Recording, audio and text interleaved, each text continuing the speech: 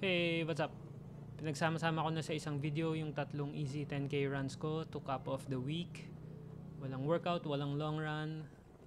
First run was nung Labor Day holiday. Yung second run naman, in-adjust ni Garmin yung max heart rate ko to 180. Parang hindi na yata tama to. I will probably set it back to 184. Pero tingnan ko muna.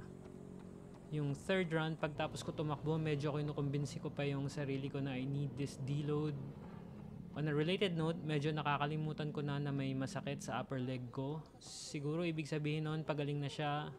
At saka kasi hindi ko pa alam paano ang plano ko tumakbo next week dahil babiyahe, tapos iniisip ko kung next week na lang kaya ako mag-deload. Anyway, nandito na yan. I'll just have to be creative next week.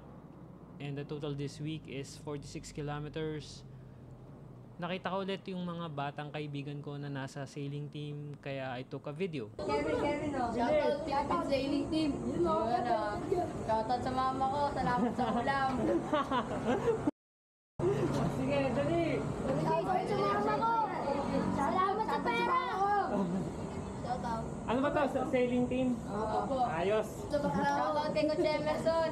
Galing niya magturo. Shoutout sa PSA.